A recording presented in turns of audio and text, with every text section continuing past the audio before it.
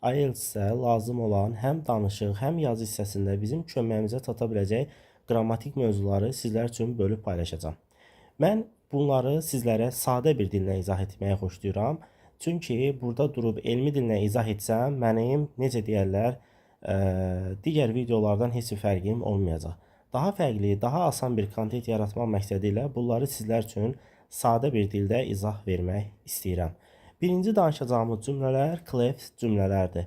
Mən bunları özlüyündə parçalanmış, hissələrə ayrılmış cümlə strukturası kimi nəzərdə tuturam. Bunun birinci qaydası budur ki, birinci bizə belə bir qayda verir. İtlə başlayacaq bir hissədir. Biz cleftə salacağımız cümləni itdən sonra gətirəcəyik. Yəni daha doğrusu desək, itdən sonra cleftə sala biləcəyimiz sözü gətiririk.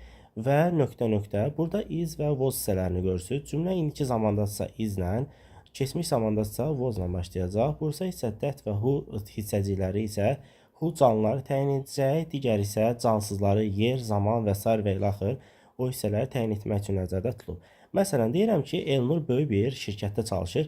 Bu cümlənin iki hissəsini də cleftə salmaq istəyirəm. Cleft nədir? İsimlərə, yer bildirən sözlərə verilə biləcək cümlə strukturasıdır. Məsələn, Elnur sözünü cleftə salmaq istəyirəm. Rahat dillə desəm, burada itizlə başlayacağam. Çünki burada da Elnur cümləsi indiki sadə zamandadır. Üzr istəyirəm, davam edici zamanda olduğu üçün nə etməliyəm? İtiz Elnurla başlayıram. Elnur canlı və insanları bildirən bir söz olduğu üçün burada that yox, who hissəciyini verəcəm. Who'nu gətirib atıram bu hissəyə və cümlənin ardını da gətirib qoyuram bura.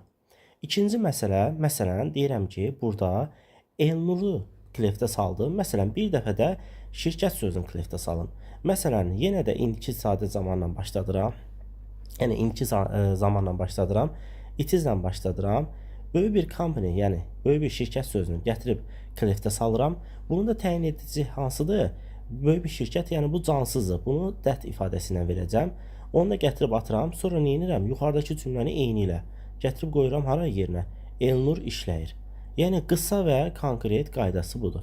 Məsələn, bunun digər formasını mən sizlərə izah edeyim. Digər deyəndə, yəni digər cümlədə. Mənim iş yoldaşım problemi həll elədi. Burada keçmiş zamanda olduğu üçün mən nə edirəm? Burada was hissəci ilə başlayacağam. Məsələn, it was. Nə? Məsələn, mənim iş yoldaşım. Workmate yazıram. Məsələn, bu canlı olduğuna görə nə edirəm? Who'nu gətirirəm. Sonra da cümlənin axırını gətirib salıram bu who'dan sonraya. Məsələn, problem sözünü gətirirəm. Yenə də it was-dan başladıram. Problem cansız olduğu üçün onu təyin edə biləcək hissəci hansıdır? That hissəciyidir. That mənim iş yoldaşım həll elədi. Mən yeni bir kitab aldım. Eyni qaydada. Məsələn, deyirəm ki, bu mənəm, kitabı almışam. Yenə də burada I hissəcini gətirəm. Bəzi hallarda deyirlər ki, orada I yox, me olmalıdır. Əslində qayda fərqlidir. Ola da bilər, problem yoxdur. Yenə də it was, çünki keçmiş zamandadır. I sözünü gətirib qoyuram bura. Cümlə I canlı olduğuna görə onun təyin edicisi hansıdır? Who'dur. Who'dan da sonra cümləni gətirib saxlayıram eyni qaydada. Yaxşı bir kitab sözünü yenə də cleftə salmaq istəyirəm. Eyni qaydada görürsünüz, salmışam bunu cleftə və onun da təyin edicisi nədir? Cansız olduğuna görə that ifadəsi ilə verirəm. Yəni qısa və konkret qayda belədir. Bu aşağıda verdiyim cümləni isə Elnura yeni bir dil öyrənir. Bu cümləni isə praktiki olaraq sizlər üçün qoyuram. Mütləq şəkildə kommentar bölməsində öz düzəltdiyiniz cümləni yazarsınız. Düzgün və ya da səhv olduğunu sizlər üçün deyəcəm.